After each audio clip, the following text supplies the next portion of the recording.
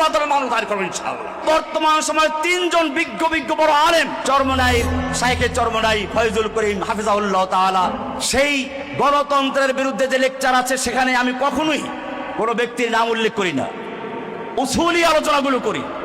সেখানে দেখা গেল এই বর্তমান সময়ে তিনজন বিজ্ঞ বড় আলেম, যাদের প্রত্যেকে আমি শ্রদ্ধা করি, ভালোবাসি, চরমনাই শাইখে চরমনাই ফয়জুল করিম হাফিজাহুল্লাহ তাআলা, তার ছবি দেওয়া আছে।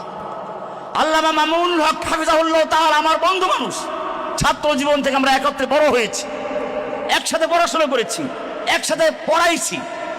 এরপরে আমার সবচেয়ে শ্রদ্ধেয় ভাজন উস্তাদ শাইখুল হাদিস আল্লামা আজিজুল হক সাহেব রাহমাতুল্লাহ আলাইহির ছেলে, তার ছবি দিয়ে তারপরে দেখা আছে যেন আমি তাদেরকে তাকফির করেছি।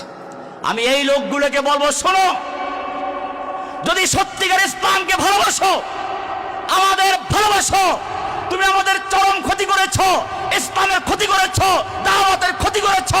এই লোকগুলোর নাম তো আমিও জানি। যদি আমার বক্তব্য তাদের বিরুদ্ধে হতো, আমি তাদের নাম উল্লেখ করে বলতে পারতাম।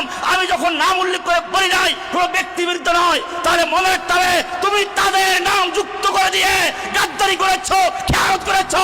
কিয়ামতের মাঠে তোমার বিরুদ্ধে আল্লাহ তাআলা মানুষ দাঁড় করবেন ইনশাআল্লাহ।